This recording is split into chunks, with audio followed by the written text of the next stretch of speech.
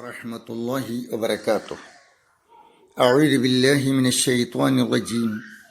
بسم الله الرحمن الرحيم. وما لنا ألا نتوكل على الله وقد هدانا سبلنا ولنصبرن على ما آذيتمونا وعلى الله فليتوكل المتوكلون. ബഹുമാന്യരെ, തവക്കുൽ എന്ന വിഷയത്തെ സംബന്ധിച്ച് ചില കാര്യങ്ങളാണ് ഇന്ന് ഞാൻ നിങ്ങളുമായി പങ്കുവയ്ക്കാൻ ആഗ്രഹിക്കുന്നത്. റബ്ബ് സുബ്ഹാനഹു വ തആല നമ്മുടെ ഈ ഉദ്യമം സ്വാലിഹായ ഒരു അമലായി സ്വീകരിക്കുമാറാകട്ടെ.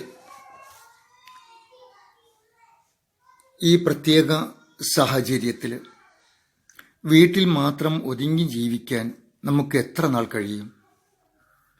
കുടുംബം പുലർത്താൻ ജോലി ചെയ്യണം. ജോലിക്കായി പുറത്തുപോയേ മതിയാകും. മറ്റ് അത്യാവശ്യങ്ങൾക്കും പുറത്തിറങ്ങേണ്ടേ? ഇത്തരം സന്ദർഭങ്ങളിൽ വിശ്വാസി ഉൾക്കൊള്ളേണ്ട ഏറെ പ്രാധാന്യമർഹിക്കുന്ന വിശ്വാസ പ്രമാണമാണ് തവക്കുൽ. അതായത് എല്ലാം അല്ലാഹുവിൽ അർപ്പിക്കുക.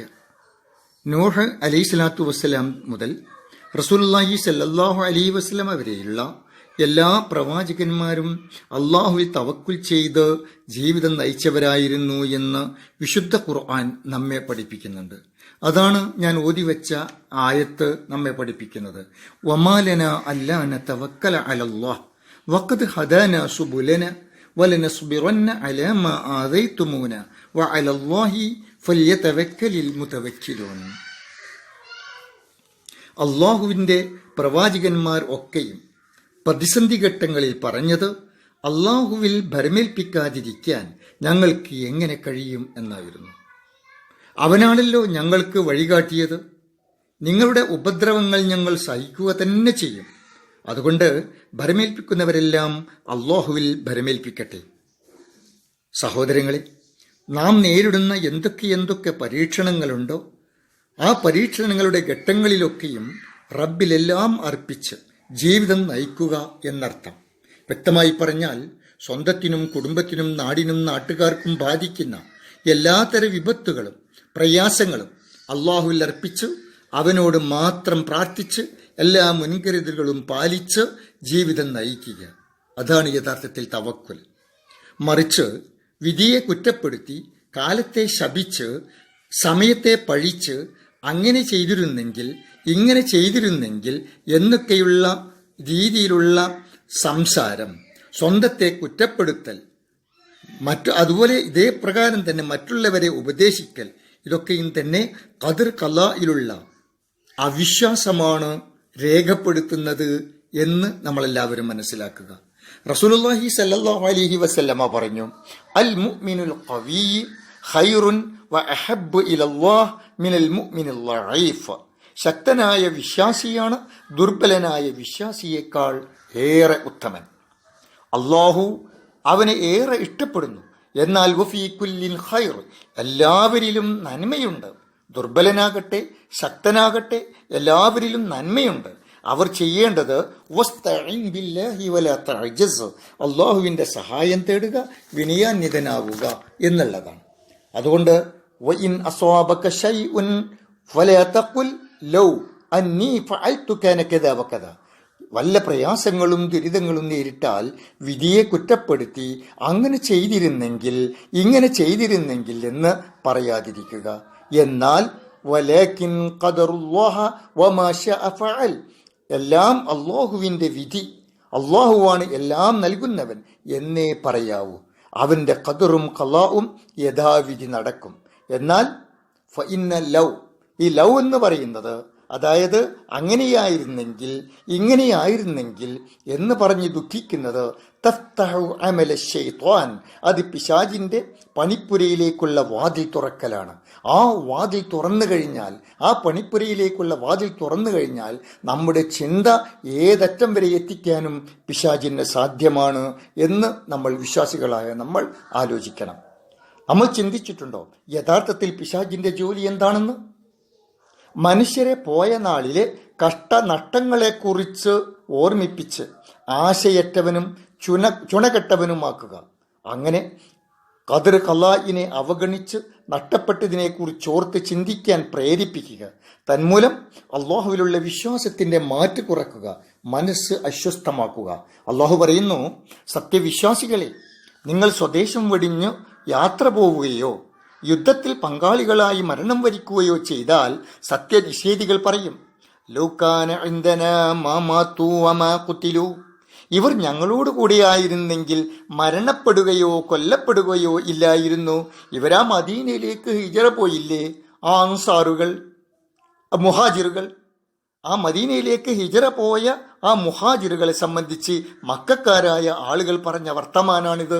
ലൗകാന ഇൻദനാ മാ മാതു വമാ ഖുതിലു എന്ന്.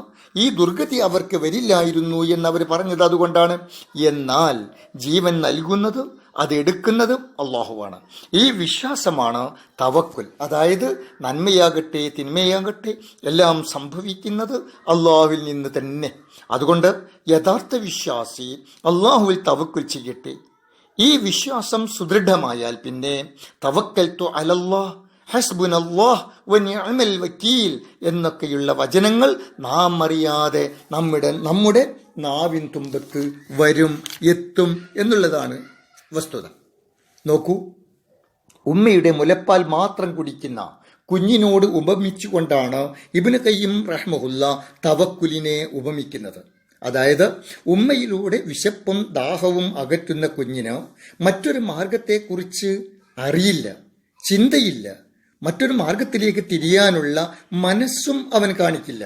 അവൻ പരതുന്നത് അന്വേഷിക്കുന്നതും ഉമ്മാന്റെ മാറിടം മാത്രമാണ് എന്നതുപോലെ തവക്കുൽ ചെയ്ത വിശ്വാസി അള്ളാഹുവെ മാത്രമേ സഹായിയായി രക്ഷാകർത്താവായി കാണൂ എന്ന സത്യം, ഈ സത്യം ഞാനും നിങ്ങളും ഒരുപോലെ മനസ്സിലാക്കുക. ഏതുപോലെ? മയ്യത്ത് കുളിപ്പിക്കുന്നവന്റെ മുന്നിലെ മയ്യത്തിനെ പോലെ. കുളിപ്പിക്കുന്നവൻ മയ്യത്തിനെ തിരിച്ചും മറിച്ചും ഇരുത്തിയും കിടത്തിയും തേച്ചും ഉരച്ചും കുളിപ്പിക്കുമ്പോൾ മയ്യത്തിന് മോശമായ ഒരു പ്രതികരണവും ഇല്ലെന്ന പോലെ വിശ്വാസി അള്ളാഹുവിൻ്റെ വിവിധ പരീക്ഷണങ്ങളെ നേരിടുമ്പോൾ സഹിച്ചും ക്ഷമിച്ചും പ്രാർത്ഥിച്ചും എല്ലാം അള്ളാഹുവിൽ അർപ്പിച്ച് ജീവിതം നയിക്കുന്നു.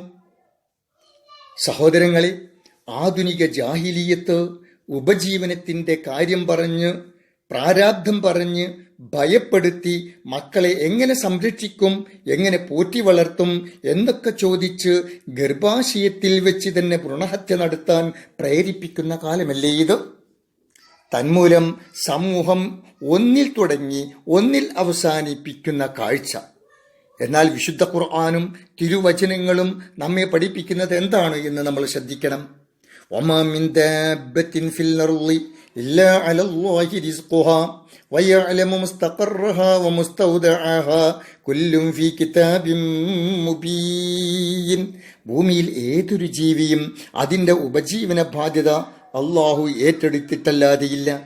അവയുടെ താമസ സ്ഥലവും സൂക്ഷിപ്പ് സ്ഥലവും, അതായത് ഗർഭാശയ സ്ഥലവും അവൻ അറിയുന്നു. എല്ലാം ഒരു സ്പഷ്ടമായ വ്യക്തമായ രേഖയിലുണ്ട് താനും. എന്താണ് ഈ വചനം പഠിപ്പിക്കുന്നത്? നമ്മുടെ ഉപജീവനം അള്ളാഹു നിശ്ചയിക്കപ്പെട്ട മുറക്ക് മാത്രമേ നടക്കൂ എന്ന തിരിച്ചറിവ് അത് വിശ്വാസികളായ നമുക്ക് ഉണ്ടായിരിക്കണം. അതിൽ ഏറ്റക്കുറച്ചിലുകൾ വരുത്താൻ റബ്ബിനല്ലാതെ മറ്റാരാലും സാധ്യമല്ല. അത് ലഭിക്കാനായി നാം അധ്വാനിക്കണം, അത് ലഭിക്കാനായി നാം പ്രാർത്ഥിക്കണം. എന്നാൽ നിശ്ചയിക്കപ്പെട്ട ഉപജീവനത്തിന്റെ കാര്യത്തിൽ അലംഭാവം കാട്ടി മൂടി പുതച്ചു കിടക്കുക, അത് അള്ളാഹുവിലുള്ള തവക്കുലിന് വിരുദ്ധമാണെന്ന് മതം നമ്മെ പഠിപ്പിക്കുന്നത്. അന്യന്റെ വിഹിതം ഒരിക്കലും ആഹരിക്കാൻ പറ്റാത്തതുപോലെ തൻ്റെ വിഹിതം മറ്റൊരാൾക്കും തട്ടിയെടുക്കാൻ സാധ്യമല്ല എന്ന ദൃഢനിശ്ചയം, ദൃഢവിശ്വാസവും തവക്കുലിന്റെ ഭാഗമാണ്. ഒരിക്കൽ ജുമാ നമസ്കാരാനന്തരം ഒരു കൂട്ടം ആളുകൾ പള്ളിയിൽ ഇരിക്കുന്നതായി ഉമർ റളിയല്ലാഹു അൻഹു കാണുകയുണ്ടായി. അവരെ ഉപദേശിച്ചുകൊണ്ട് അദ്ദേഹം പറഞ്ഞതെന്താ? അള്ളാഹുവേ, എനിക്ക് വിഭവങ്ങൾ തരണേ, ധനം തരണേ എന്ന് പ്രാർത്ഥിച്ചുകൊണ്ട് ഉപജീവനം തേടുന്ന കാര്യത്തിൽ വീഴ്ച വരുത്തിക്കൊണ്ട് ആരും പള്ളിയിൽ ഇരുന്നു പോകരുത്. ആകാശം ഒരിക്കലും സ്വർണമോ വെള്ളിയോ വർഷിപ്പിക്കില്ല എന്ന് മാത്രമല്ല, അതെല്ലാവർക്കും അറിയുന്ന കാര്യമാണല്ലോ. അതുകൊണ്ട് നിങ്ങൾ മനസ്സിലാക്കേണ്ടത്, അള്ളാഹു അവൻ്റെ സൃഷ്ടികൾക്ക് വിഭവങ്ങൾ നൽകുന്നത് അള്ളാഹും അവൻ്റെ സൃഷ്ടിയും തമ്മിലുള്ള പരസ്പര ആശ്രയത്തിലൂടെയാണ്. അതാണല്ലോ അള്ളാഹു നമ്മെ ഉണർത്തുന്നത്. ഫഇദാ ഖുളിയത്തിസ് സ്വലാത്തു ഫൻതശിറൂ ഫിൽ അർളി വബ്തഗൂ മിൻ ഫളിലില്ലാ. നമസ്കാരം നിർവഹിച്ചു കഴിഞ്ഞാൽ നിങ്ങൾ ഭൂമിയിൽ വ്യാപിക്കുകയും അള്ളാഹുവിൻ്റെ അനുഗ്രഹം തേടുകയും ചെയ്യുക എന്ന്. ഇവിടെ നമ്മൾ ശ്രദ്ധിക്കേണ്ട ഒരു സംഭവമുണ്ട്. അതായത് ഷഖീഖുൽ ബലഖി എന്ന സൂഫിയുടെ ജീവിതത്തിലെ ഒരു സംഭവം. ഇതോട് ചേർത്ത് നമ്മൾ മനസ്സിലാക്കുക. ദുനിയാവിൻ്റെ വിഭവങ്ങളോട് ഒട്ടും താല്പര്യമില്ലാത്ത അദ്ദേഹം ആരാധനകളിൽ മാത്രം മുഴുകി ജീവിക്കെ ഒരിക്കൽ അദ്ദേഹത്തിന് മനസ്സിലൊരു പൂതി, ഒരു കച്ചവട യാത്ര നടത്തിയാലോ എന്ന്. അദ്ദേഹം തൻ്റെ സുഹൃത്തായ ഇബ്രാഹിം ഇബ്നു അദ്ഹമിനോട് റഹ്മത്തുള്ളാഹിയോട് ഈ ആഗ്രഹം പ്രകടിപ്പിക്കുകയുണ്ടായി. അദ്ദേഹം പ്രോത്സാഹിപ്പിച്ചു. അങ്ങനെ ഷഖീഖ് കച്ചവട യാത്രയ്ക്കായി ഒരുക്കങ്ങൾ പൂർത്തിയാക്കി യാത്ര പുറപ്പെട്ടു. എന്നാൽ ഏതാനും ദിവസത്തിനുള്ളിൽ തന്നെ അദ്ദേഹം യാത്ര മതിയാക്കി നാട്ടിൽ തിരിച്ചെത്തി.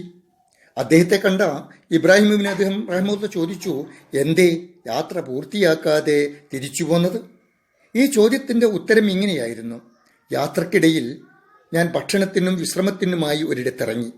വിസർജനത്തിനായി അല്പം അകലെയുള്ള ഒരിടത്തേക്ക് പോയപ്പോൾ എനിക്ക് കാണാൻ കഴിഞ്ഞത് ചലിക്കാൻ പോലും കഴിയാത്ത അംഗവൈകല്യം ബാധിച്ച ഒരു പക്ഷിക്കുഞ്ഞ്. അതിൻ്റെ ദയനീയാവസ്ഥ എൻ്റെ മനസ്സിനെ വല്ലാതെ അലട്ടിക്കൊണ്ടിരുന്നു. ഈ അവസ്ഥയിൽ ഞാൻ അങ്ങനെ വിസർജിച്ചുകൊണ്ടിരിക്കെ, അല്ലെങ്കിൽ ഈ അവസ്ഥയിൽ ഞാൻ ഇരിക്കെ, ഈ വിജനമായ സ്ഥലത്ത് അതിൻ്റെ തീറ്റ, വെള്ളം, ഈ ചോദ്യം എൻ്റെ മനസ്സിനെ വേദനിപ്പിച്ചു. ഈ ചിന്തക്കിടയിൽ അതാ ഒരു തള്ളപ്പക്ഷി തീറ്റയുമായി അവിടെ പറന്നെത്തി അതിൻ്റെ വായിലേക്ക് തീറ്റയിട്ട് കൊടുക്കുന്നു. ആരോരുമില്ലാത്ത ഈ വിജന പ്രദേശത്ത് പാവം പക്ഷിക്കുഞ്ഞിന് ആഹാരം നൽകുന്ന സർവശക്തനായ അല്ലാഹു. എങ്കിൽ പിന്നെ ഞാൻ എന്തിന് ഇത്ര ദുരിതം പേറി ആരാധന കർമ്മങ്ങളിൽ നിന്നും അകന്ന് ദുനിയാവിനെ സേവിക്കണം? മതി, തിരിച്ചു പോകാം. ഈ പക്ഷിക്കുഞ്ഞിനെ സംരക്ഷിക്കുന്ന അല്ലാഹുവിന് എന്നെയും സംരക്ഷിക്കാൻ കഴിയില്ലേ? അങ്ങനെ ഞാൻ യാത്ര മതിയാക്കി തിരിച്ചു പോന്നു. ഇത് കേട്ട ഇബ്രാഹിം ഇബ്നു അദ്ഹം റഹ്മത്തുള്ളാഹി അദ്ദേഹത്തോട് ചോദിച്ച ഒരു ചോദ്യം, അത് നമ്മളെല്ലാവരും ഓർക്കേണ്ടതുണ്ട്. അല്ല ഷഖീഖ്, മറ്റുള്ളവരുടെ ഔദാര്യം സ്വീകരിച്ചു കഴിയുന്ന ആ അവശിയായ പക്ഷിക്കുഞ്ഞിയെപ്പോലെ ആയാൽ മതിയോ താങ്കൾ? അങ്ങനെ സമാധാനിക്കാൻ താങ്കൾക്ക് എങ്ങനെ കഴിഞ്ഞു? എന്നാൽ കഠിനാധ്വാനം ചെയ്ത് ഭക്ഷണം ശേഖരിച്ച് ഒരുപാട് ദൂരം പറന്ന് അവശയായ പക്ഷിക്കുഞ്ഞിന് ഭക്ഷണം കൊടുത്ത് സഹായിച്ച ആ തള്ളപ്പക്ഷിയെപ്പോലെയാകാൻ എന്തേ താങ്കൾക്ക് സാധിക്കാതെ പോയത്? എന്തേ താങ്കൾക്ക് അതിന് സാധ്യമാകാതെ പോയത്? അതുകൊണ്ട് വിശ്വാസികളായ നമ്മൾ ചെയ്യേണ്ടത് എന്താണ്? ഫഇദാ അസ്സംത ഫതവക്കൽ അലല്ലാഹ് ഇന്നല്ലാഹ യുഹിബ്ബുൽ മുതവക്കിലീൻ. ഒരു കാര്യം തീരുമാനിച്ചു കഴിഞ്ഞാൽ അല്ലാഹുവിൽ ഭരമേൽപ്പിക്കുക. തന്നിൽ ഭരമേൽപ്പിക്കുന്നവരെ തീർച്ചയായും അല്ലാഹു ഇഷ്ടപ്പെടുന്നു.